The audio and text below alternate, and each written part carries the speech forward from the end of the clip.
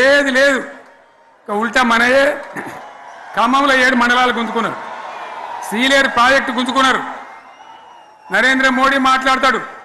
ఏం మాట్లాడతాడు? తెలంగాణ వచ్చిందిరా అని తెలంగాణలో సంతోషపడితే తల్లిని చంపి బిడ్డను బతికించిండు అంటాడు. ఎన్నోసార్లు అంటాడు, ఒక్కసారి కాదు. ఈ విధంగా అది కూడా మనం అనిపించేది కాదు. ఈ సందర్భంలో ఒక మాట బీజేపీ అంటే నాకు జ్ఞాపకం వచ్చింది. ఇవాళ కేంద్ర ప్రభుత్వం కగార్ అనే ఆపరేషన్ పేరు మీద ఛత్తీస్గఢ్లో యువకులను గిరిజనులను ఊచకోత పోతా ఉన్నారు. అది ధర్మం కాదు. వీళ్ళు ఏమవుతున్నది? నక్సలైట్లు ప్రతిపాదన పెడుతున్నారు. మేము ప్రభుత్వం దగ్గరకు వచ్చి చర్చలు చేయడానికి సిద్ధంగా ఉన్నాము అంటున్నారు. నేను కోరుతా ఉన్న కేంద్ర ప్రభుత్వాన్ని, బలం ఉన్నది కదా అని చంపుకుంటా పోవుడు కాదు, అది ప్రజాస్వామ్యం కాదు. ఆపరేషన్ కగార్ వెంటనే ఆపేయండి. వాళ్ళని పిలిచి, ఆ నక్సలైట్లను పిలిచి డెమోక్రటిక్ స్పేస్ ఇచ్చి చర్చలు జరపండి. వాళ్ళు ఏం మాట్లాడతారో చూడండి. అది కూడా నల్లనా తెల్లనా దేశం ముందరికి రాని. కానీ అట్లా కాదు, మొత్తం ఏరి పారెత్తాం, కోసి పారెత్తాం, నరికి పారెత్తాం అంటే మిలిటరీ ఉన్నది మీ దగ్గర కొడతారు. కానీ ప్రజాస్వామ్యం అనిపించుకోదు. ఈ మాట ఢిల్లీకి ఉత్తరం పంపిద్దామా? పంపిద్దామా? మీరందరూ సపోర్ట్లు కొడితే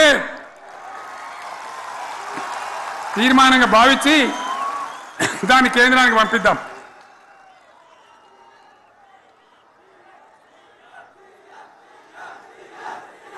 ఇక్కడ 30 లేదు.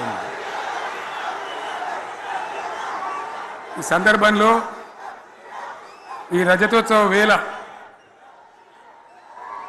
నేను మీ అందరికీ, ఇక్కడ ఉన్న వాళ్ళకు, సభలో లేని వాళ్లకు, టీవీలో నా మాటలు వినే వాళ్లకు, యావత్తు తెలంగాణ సమాజానికి బీఆర్ఎస్ గులాబీ జెండా రజతోత్సవ శుభాకాంక్షలు మరొకసారి తెలియజేస్తూ, మీరందరూ కూడా ధైర్యంగా ఉండండి.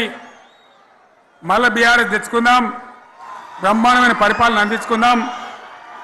వీళ్ళు జరగొట్టేవన్నీ మళ్ళీ మంచిగా చేసుకుందాం, బ్రహ్మాండంగా ముందుకు పోదాం, పురోగమించుదాం. ఒక అద్భుతమైన తెలంగాణ, ప్రతి వ్యక్తి ముఖంలో చిరునవ్వులు చిందించే తెలంగాణ తయారు చేసుకుందామని చెప్పి మీ అందరికీ మనవి చేస్తూ, ఇంత పెద్ద ఎత్తున ఈ సభకు గవర్నమెంట్ వచ్చిన ఏడాది నరలోనే మీరు కదిలి వచ్చిందంటే మీరు కూడా ఒక నిర్ణయానికి వచ్చినట్టు కనబడుతూనే ఉంది. ఓట్లు ఎప్పుడు వస్తాయని చూస్తాను. నేను ఇంకో మాట చెప్పాలి, ముఖ్యమైన మాట ఏంటంటే, వీళ్ళు అక్కడిక్కడ ఎందుకని మీరు లేచిండ్రు ఫోటోల కోసం?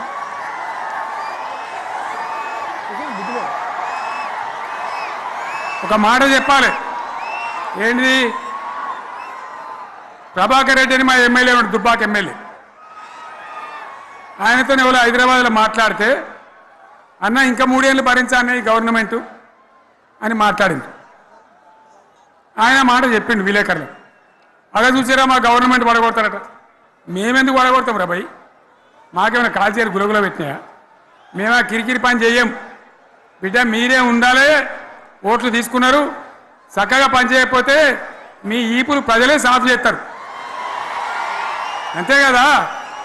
మేము పడగొట్టాం, మీ గవర్నమెంట్ పడగొట్టాం. ఎందుకంటే మీ సంగతి ఏందో మా సంగతి ఏందో ప్రజలకు పూర్తిగా అర్థం కావాలి. గులాబీ సైనికులకు నాది ఒక్కటే మాట, మనం ఏనాడు మనం పుట్టిందే పదవులు త్యాగం చేసి, పుట్టిందే రాష్ట్ర సాధన కోసం, స్వార్థం కోసం మనం పనిచేయలే. మీ అందరి నాయకులను, కార్యకర్తలను నేను కోరేది ఒకటే, తెలంగాణ సమాజం అద్భుతంగా పురోగమించేదాకా మనం పనిచేస్తూనే ఉండాలి. గవర్నమెంట్లో ఉన్నా, ప్రతిపక్షంలో ఉన్నా ప్రజల పక్షాన ఉండాలి, ప్రజలకు అండగా ఉండాలి, ప్రజల సమస్యల మీద పోరాటం చేయాలి, వాళ్ళకు అండదండలుగా ఉంటూ పురోగమించాలి. అదే మన కర్తవ్యం. అందులోనే మనకు అన్ని పదవులు వస్తాయి. అది పెద్ద ఇష్యూ కాదు. ఎన్ని వేల మంది మనోళ్ళు ఎంత బ్రహ్మాండంగా ముందుకొచ్చారు.